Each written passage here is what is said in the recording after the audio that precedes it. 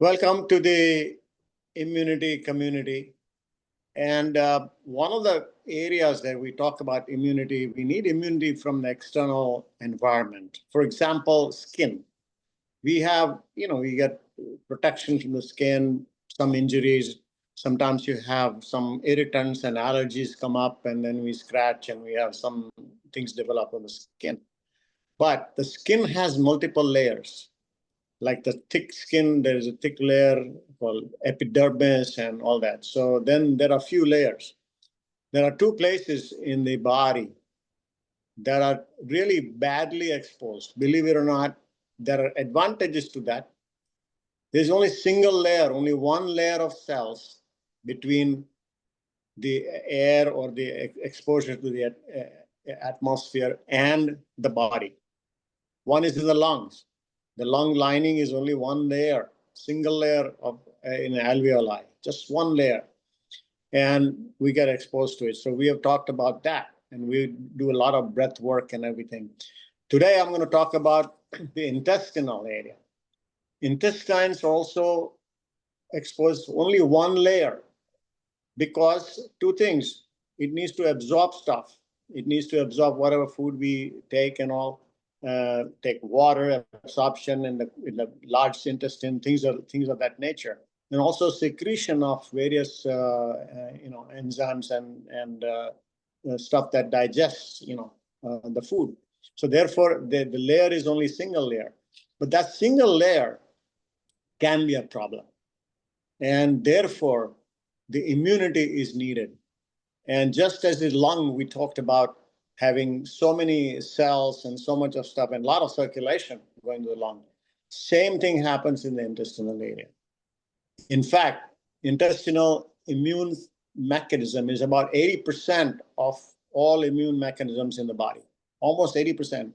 And the reason why that happens is because of the multiple bacterial flora. There are multiple bacteria that when the baby is born and swallows first time, it swallows various bacteria, and the bacteria now forms hosts. Like there's a whole forest of bacteria in there, microorganisms they call it.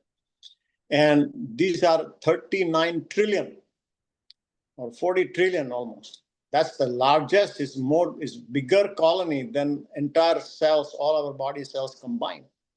And we host all this bacteria. We have the bacteria. Most of them are good bacteria, but not necessarily all. And particularly when we eat or drink, whatever we do, therefore, just like when we breathe, proper air and proper mechanism of breathing, same thing, what we put in our mouth, how we do it, what we do becomes very important in terms of developing the immunity part or fighting it out.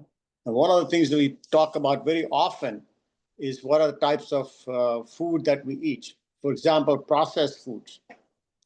Highly processed foods or chemicals that are involved in that. They can not only damage the lining, but also cause allergies and stuff like that. Chlorinated water, if there's extra chlorine in the water, sometimes we taste that. Alcohol, obviously we know that. Some drugs like anti-inflammatory agents, aspirin, stuff like that. Chemical toxins that we have. Then comes the area where we have antibiotics. Antibiotics destroy all the good bacteria, and therefore we have a problem there. And then you have a situation.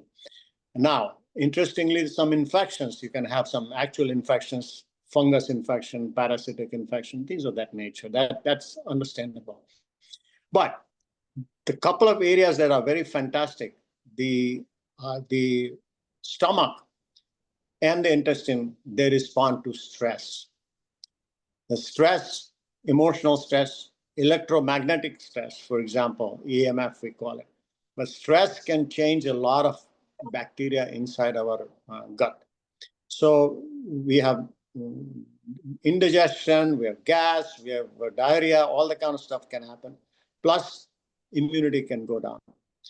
Sleep, believe it or not, if we don't have proper late night eating, before you go to sleep, late night eating habits, if it's not regular eating habits, we have very bad situation with the gut and the immunity. And some people have, like insomnia and stuff like that. Some people have gluten and, some specific allergies or difficulties with that. That's understandable. But there are a number of factors, therefore. The gut really responds to the mental aspects also. And the immune system is therefore, when it's damaged, what happens is that the cell that we talk about, there's one cell layer which is there. So if you imagine one cell layer, you say one cell layer like that. There is gaps in between every cell. These gaps are important because gaps help to absorb stuff, absorb and also secrete. Two things are necessary in the intestinal area. And then there are certain and hair-like thing, and they move the food around and all that. This is just anatomy that I'm sharing with you. But what happens when one of the cells, supposing out of 10 cells that are lined up there, number 5 and number 7, some damage occurs. Now there's a bigger gap. This is called leaky gut, leaking. And it's described as a leaking gut because there is a leak of things. There is a breakdown of the barrier. It's much like the borderline. There's a border police. There's a break in that, and then obviously the bacteria can get in and all that, and leaks out. A lot of things can happen. Second thing that happens in gut as well as in lungs is also the fact that these bacteria also carry genes.